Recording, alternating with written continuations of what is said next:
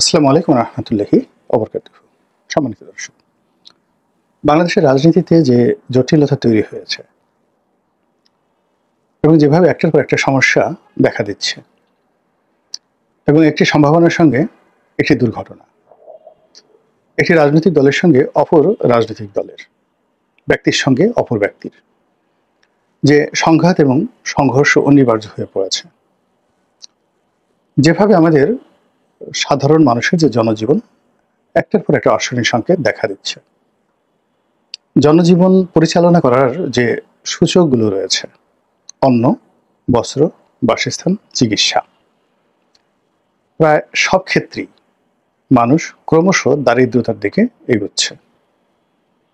ক্রয় ক্ষমতা কমে যাচ্ছে, পুষ্টির যোগান কমে যাচ্ছে এবং সব মানুষের মধ্যেই অজানা ভয়, অজানা আতঙ্ক। ডক্টর মোহাম্মদ ইউনূস থেকে শুরু করে একেবারে রাজপথের যে শ্রমজীবী মানুষ, তার মধ্যেও একটা ভয়, একটা আতঙ্ক, একটা অস্বস্তি কাজ করছে। এবং অবাক করার ব্যাপার হলো যে কেউ জানে না যে ভয়টা কিসের, কেন তার ভালো লাগছে না, কেন অস্বস্তি, কেন অবসাদ, ঘুমাতে গেলে তার ঘুম আসছে না, খাবার টেবিলে বসলে খাবারের কোনো রুচি আসছে না, আবার খাবার খেলে হজম হচ্ছে না। কেন হচ্ছে না এই কাজগুলো? কেন? সবই তো সে নিয়ম মেনে করছে। যারা দারিদ্রতার মধ্যে আছেন তাদের কথা আলাদা, ধনী সচ্ছল যারা আছেন, এখন এই জমানাতে যাদের ব্যবসা বাণিজ্য ভালো, তাদের কেন মন খারাপ থাকবে? তো এই অবস্থা যে সৃষ্টি হয়েছে, এটার কারণ হলো আমাদের সব কিছুই এলোমেলো হয়ে গেছে। আমরা এখানে বসে বলতে পারছি না যে ১ মাস পরে কি হবে বাংলাদেশে। আমাদের যে সিভিল রাইট রয়েছে, এরপরে আমাদের রাষ্ট্রের কাছে যে পাওনা দেনা রয়েছে, আমরা রাষ্ট্রকে দিচ্ছি, কিন্তু রাষ্ট্রের কাছে যে আমাদের যে প্রাপ্তি, সেই প্রাপ্তির ব্যাপারে 1% কোনো নিশ্চয়তা নেই, কিন্তু রাষ্ট্র গলায় পাড়া দিয়ে আমাদের কাছ থেকে তার যা প্রাপ্য সেটা আদায় করে নিচ্ছে। এরপর যারা এই মুহূর্তে রাষ্ট্র পরিচালনা করছেন, তাদের সঙ্গে আমাদের কোনো সম্পর্ক নেই, তাদের প্রতি আমাদের কোনো সমর্থন, আমাদের ভালো লাগা, আমাদের ভালোবাসা এবং আমাদের যে বন্ধন, যে একটা ভোটের মাধ্যমে যা কিছু হয়, সেই জিনিসগুলো নেই। ফলে যে হতাশা এবং অনিশ্চয়তা, এটা যারা শাসক এবং যারা শাসিত, কিংবা যারা পরিচালক, কিংবা যারা জনগণ, তাদের সকলের মধ্যে একটা অজানা আতঙ্ক, অজানা ভয় এবং পরস্পরকে অবিশ্বাস করার যে পরিস্থিতি, সেটি তৈরি হয়ে গেছে। জনগণ সরকারকে বিশ্বাস করছে না, সরকার জনগণকে বিশ্বাস করছে না, রাজনৈতিক দলগুলো সরকারকে বিশ্বাস করছে না, সরকার রাজনৈতিক দলগুলোকে বিশ্বাস করছে না,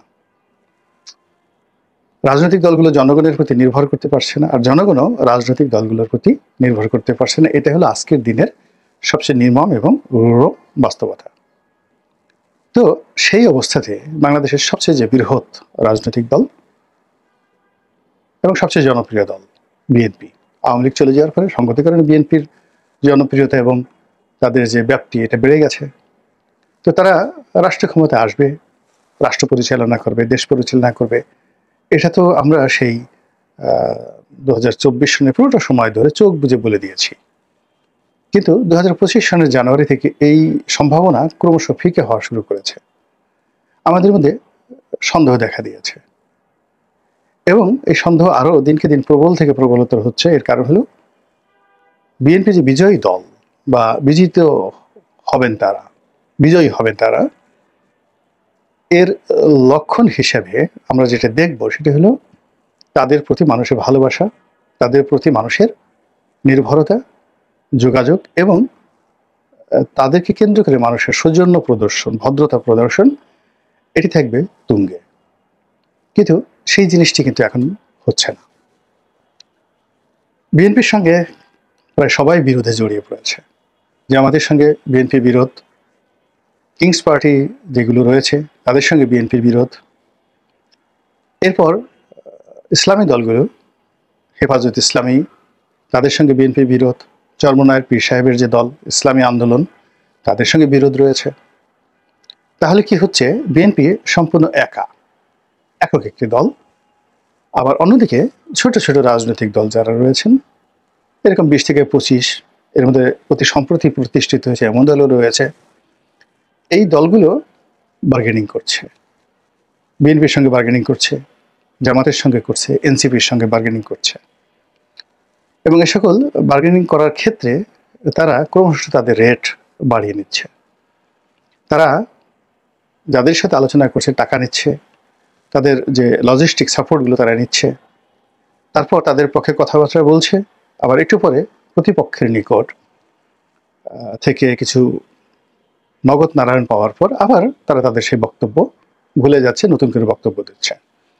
ফলে 20 থেকে 30টি যে ছোট ছোট রাজনৈতিক দল যারা লাটিমের মতো ঘুরছে, 3টি রাজনৈতিক বলয়, ডক্টর মোহাম্মদ ইউনূসের নেতৃত্বে যে কিংস পার্টি রয়েছে সেই বলয়, জামাতের নেতৃত্বে যে একটি বলয় তৈরি হয়েছে ইসলামিক দলগুলো সেই বলয়, আরেকটি হলো বিএনপি। এই 3 জায়গাটিতে ত্রিভুজের যে 3 কোণ, সেই 3 কোণের সমষ্টি 180 ডিগ্রি। তো এই 180 ডিগ্রি বলতে বোঝায়, আপনারা তো জানেন যারা জ্যামিতি, পুরো একটা বৃত্ত, গোলাকার বৃত্ত, এটিকে ধরা হয় 360 ডিগ্রি। বিন্দুর এক প্রান্ত থেকে পুরো অপর প্রান্ত সার্কেল আকারে ঘুরে আসলে একটা বৃত্ত রচনা হয়, যেটিকে 360 ডিগ্রি বলা হয়। এটির অর্ধেক হলো 180 ডিগ্রি। যখন বলা হয় 180 ডিগ্রি, এর অর্থ যে আপনি 180 ডিগ্রি মানে সম্পূর্ণ উল্টে গেছেন, বিপরীত হয়ে গেছেন। তো ত্রিভুজের 3টি যে কোণ রয়েছে, সেই 3 কোণের সমষ্টি হলো 180 ডিগ্রি। তো এই 180 ডিগ্রি যে 3 কোণের সমষ্টি, তো এই যে রাজনীতির যে ত্রিভুজ, সেই ত্রিভুজে লাটিমের মতো যে 30-40টি দল ঘুরছে, তারা প্রথমে ধরেন সমদ্বিবাহু ত্রিভুজ মনে করলো, 2 পক্ষের কাছে গেল, এরপর তৃতীয় কোণে গেল এবং ঘুরে যখন আবার আসলো তখন তারা 180 ডিগ্রি অ্যাঙ্গেলে পুরো চেঞ্জ হয়ে গেল। প্রতিদিনই তারা এইভাবে পরিবর্তন হচ্ছে। এর ফলে কি হচ্ছে, প্রায় বড় দলগুলো যারা আছে সবাই আত্মবিশ্বাস হারিয়ে ফেলেছে। যেমন এরকম বড় বড় ঘটনা ঘটে, রাজারা তাদের নিজেদের ক্ষমতা, নিজেদের মিলিটারি, এগুলোর প্রতি নির্ভর না করে যখন সামন্ত রাজাদের উপর নির্ভর করতো অতীতে, আর সামন্ত রাজারা একটা সময় আওরঙ্গজেবের পক্ষে আসতেন, একসময় শিবাজির পক্ষে আসতেন। সামন্ত রাজারা একসময় বিশাখার পক্ষে আসতেন, আর এক সময় মীর জুমলার পক্ষে আসতেন, অথবা মানসিংহের পক্ষে আসতেন। তো মীর জুমলার পক্ষে যখন আসতেন তখন ইশাখা ছিল না, তার ছেলে মুশাখা ছিল নেতৃত্বে। তো এই যখন ঘটনা ঘটে তখন উভয় রাজারই মারাত্মক ক্ষতি হয়।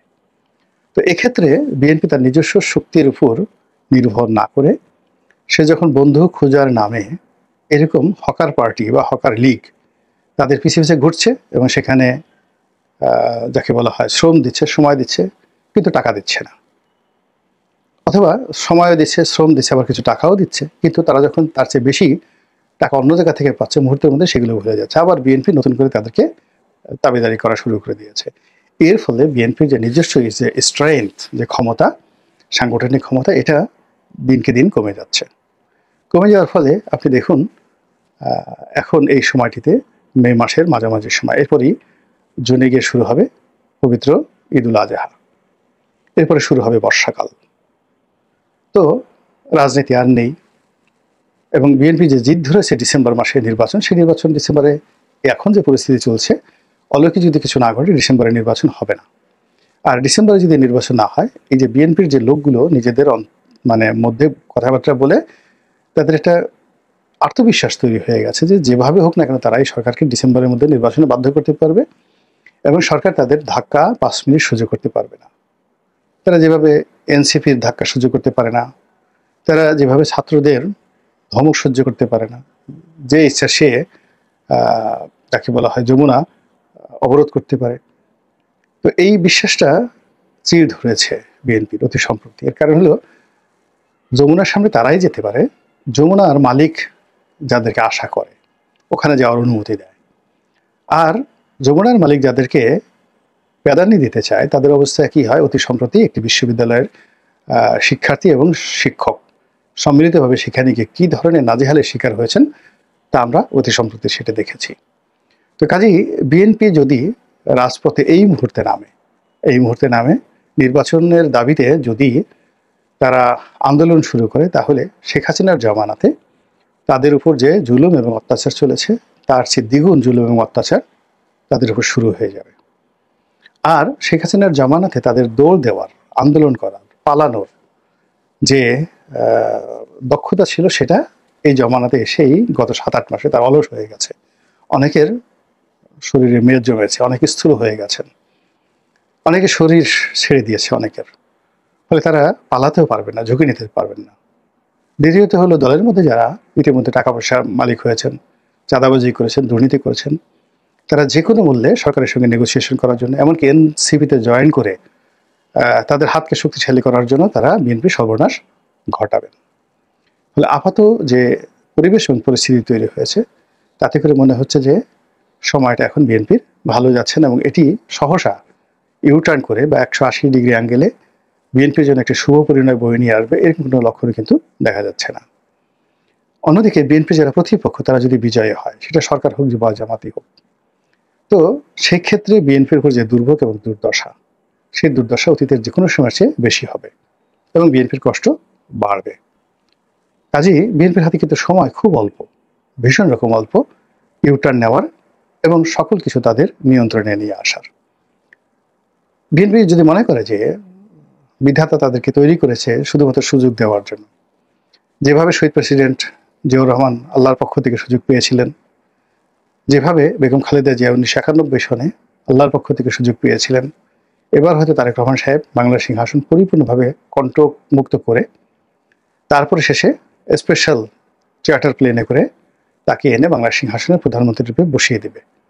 এই জিনিসটি সম্ভবত এ দফায় হচ্ছে না। ফলে কি হচ্ছে, বিএনপির যে ট্রেন্ড মিস হয়েছে, যেটি তারা করতে পারত এই বছরের জানুয়ারি মাসে অথবা গত বছরের অর্থাৎ 2024 সনের আগস্ট সেপ্টেম্বর মাসে,